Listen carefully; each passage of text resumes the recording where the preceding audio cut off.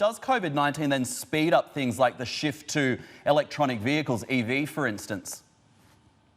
Well, that would be my big hope, because I believe that the environmental crisis is still the biggest crisis of our generation, but it will definitely depend on who will be leading the transformation in the scenarios to come. So one of the scenarios we see is actually the fiercest scenario where the pandemic comes back again and we don't see much collaboration. So we call it the lone wolves, where everybody is fighting for themselves.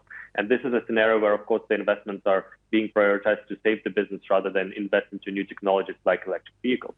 On the other side, if you think about scenarios like sunrise in the east, so something we might see in this region where Asia recovers faster, mobility picks up faster, the innovation comes from China, from Singapore, from East Asian nations, and gets adopted in the West. This is where we see actually evolution of electric vehicles picking up and picking up faster than in other scenarios.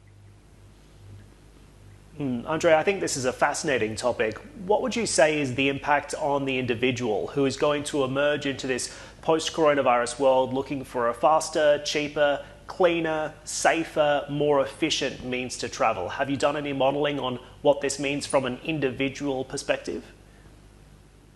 Yeah, I think what definitely is taking place is the shift right now to more telecommuting and working from home. So you see me in my home environment, my whole team is working from home just to prevent the non-essential travel. And the evolution of these models will take place, which also means more e-commerce, right? So more purchase online, using online media to buy your goods, but also services and commute.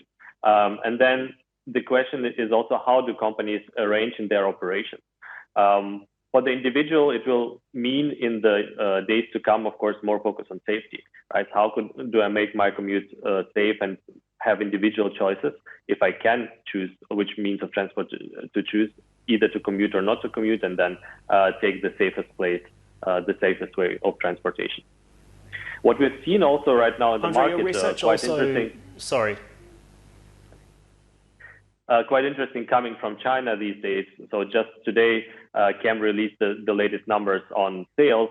So there we see actually personal mobility picking up and the vehicle sales growing 14.5% year on year compared to May last year.